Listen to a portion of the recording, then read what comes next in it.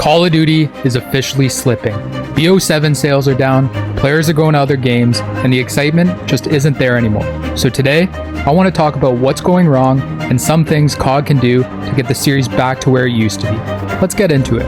At this point, if you've seen any of my other videos, I may be sounding like a damn broken record and you guys are like, dude, shut up about the movement already. But I think it is taking a massive toll on the player base. I can see a casual looking at a clip online of some movement demon on BO7 and be like, yeah, thanks, but no thanks, I'll just get Battlefield 6. And honestly, it's not necessarily the movement, but I think it's more the speed of the game. And some of you may be like, what the hell is this guy talking about? Because movement and speed kind of go hand in hand. But look at Black Ops 3. The jetpacks added some crazy movement for sure, but the base speed wasn't overly fast. Like even with the jetpacks, the speed felt more controlled and easier to keep up with. And I've been saying it for the last few years since COD has steadily been increasing the base speed, but it makes an already sweaty game even more sweaty. And I know people are going to be like, oh well, the old CODs like MW2 or BO2, the movement was slower and it could still be sweaty. And yeah, you're right, COD is a competitive game, and no matter how fast or slow the movement is, there's going to be tryhards, there's going to be gods at the game, so it's going to be sweaty regardless. But I don't know, man, when I go back and play older CODs, or even something like World War II, yeah, the games can be sweaty and all, but it doesn't feel as exhausting as these newer games. And it's been like, what, 6 years since MW19, which kind of started this whole new wave of the fast movement meta. And besides like Cold War and MW2, the new one, it's progressively gotten faster and more crazy with each game. So just as MW19 did a reset to the franchise's movement to make it meta, which was good at the time because it was a nice shakeup, I think they should do another reset to make it slow and tactical again. And if they're not ready to commit to a full game with that slower movement, they can always do what AW did and add a mode with that classic movement to see the reception of it. Overall though, I think the crazy fast movement era has had enough time, and them going back to a more slow and tactical feel would be refreshing and a little less exhausting. Now this point, honestly, this could actually be the biggest reason for COD's popularity slipping, and I think it's time they really consider moving away from the yearly releases. Like what? They've been doing a yearly game for the last 20 years, and you can blame the movement, the SBMM, which we'll get to, or whatever in-game issue you think has contributed to COD's downfall. But if you played any of the older games during their prime, you'd remember they had a lot of issues too, and they got plenty of negative feedback at the time. And yeah, those OG games were still better overall,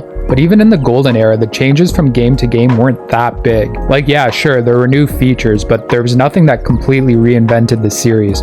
And they could get away with that because the series was what, only 6 or 7 years deep? But once you hit nearly 2 decades of yearly releases, and you go through long phases where the core style barely changes, like the boots on the ground era, the jetpack era, or the cracked out movement era, or whatever you want to call this, people are going to naturally start checking out. Let's take Battlefield 6 for example.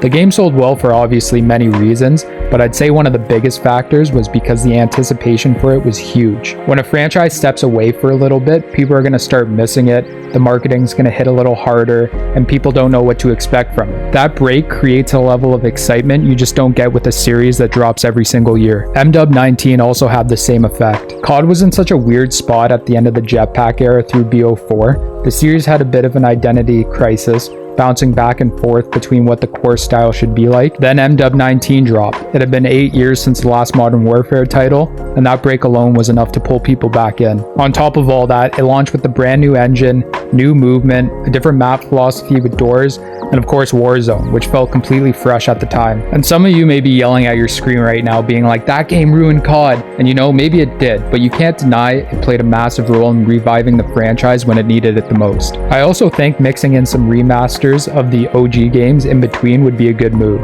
Like if say they were to take next year off, then release a World at War remaster in 2027, and it doesn't even have to be a remaster, even just a port with updated graphics and a good anti-cheat, I think would be amazing. And then take say 2028 off, and in 2029 they released a brand new game. You could literally rinse and repeat this for another 10 years, and I think it would give them time to create something new and fresh while also giving us some of our favorite OG games in between. Honestly though, this could be an insane idea considering they release a new game every year, but at this point you gotta try something new. And you know we gotta talk about it, the SBMM debacle. If you haven't played BO7 or are just completely living under a rock, this year COD added an open playlist that has minimal skill-based matchmaking. Not no SBMM, not classic matchmaking like it was advertised in the beta, but the term minimal. And what does that mean? Honestly, who the hell knows? And when you're so vague about what kind of matchmaking is in this game, especially when it comes to such a heated topic like SBMM, it pisses people off. I heard another YouTuber talking about it, but I think it's time Activision should just be more honest about it. Like, you say minimal SBMM, but what exactly does that mean? Does it mean that skill only accounts for 5%, 10%? 20%? Also, if you read any of Call of Duty's blog post about the Season 1 update, you know, where it goes over the new maps, the new modes, and the challenges, right at the end of that very long post,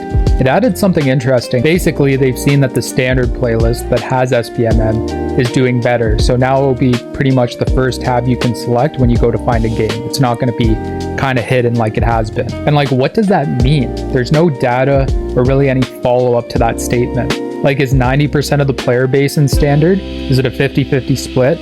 Like, all they did was drop 3 or 4 lines that standard is doing better, and that's it. And you know what? Maybe standard is doing a lot better than open when you look at the data and stats that Treyarch has access to. But from the community's perspective, when you go on like the COD Reddit or comments on their social media pages or literally watch any COD YouTuber, it's always been an overwhelmingly consensus that SBMM sucks and we want the old matchmaking back. So when Treyarch comes out and says it looks like more people want SBMM, but everywhere else we see that people don't want it, that's when people start thinking it's a rug pull and lose even more trust in the franchise. And I understand that SBMM was created and is implemented for a reason, for retention of the casual players. But there's got to be a better way to go about it. Whether you be a little more transparent with how it works so the diehard fans actually feel like they're in the know about it, or even just stick with your guns and go full out and be like, this mode has no SBMM and this other mode has SBMM. But BO7, as of right now, feels like they're moving in the right direction, but this is something they have to keep working on. Now, to cap it all off,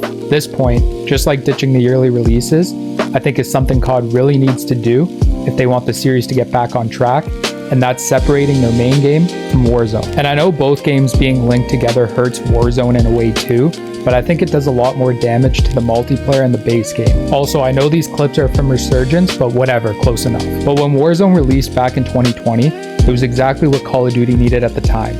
Like I said, the franchise was in another weird spot, and it was something new and fresh from what Call of Duty have been putting out every year for the last 15 years. And some of you may be like, dude, you ever heard of Blackout? And yeah, I guess COD dipped their toes in the VR world a few years before Warzone, but even though it was pretty cool, it never caught fire because A, it wasn't free to play, and B, BO4 was already not that well received, so people just weren't interested in buying it, so it kind of limited the exposure and experience of Blackout. But going back to my original point, yeah, Warzone was needed at the time, and it got insanely popular. And since it was free to play, that's when microtransactions started to get crazy.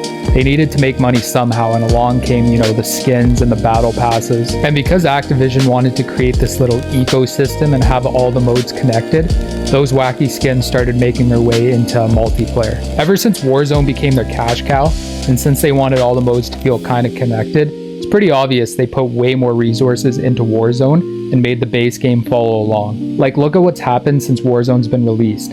Every COD besides maybe Cold War has went crazy with the doors, and most multiplayer fans don't even like them. Also, a lot of the maps in the games after Warzone just feel like chunks of a BR map cut out and thrown into multiplayer. And honestly, from Activision's point of view, why dump extra resources into the base game when Warzone is the thing making all the money? Plus, it just makes it easier for players to jump back and forth if everything feels similar. It also kind of explains why the movement keeps getting faster and faster. Like, if you've played Warzone before, imagine trying to run across that huge map and jump through buildings with BO2 movement. It would be brutal. So the faster pace makes sense for Warzone, but having two separate movement systems would take more dev time and make swapping between multiplayer and Warzone just feel weird. And you see the same thing in Zombies too, adding armored plates, putting round based on the back burner, and focusing more on the big open zones where you build loadouts and level up guns.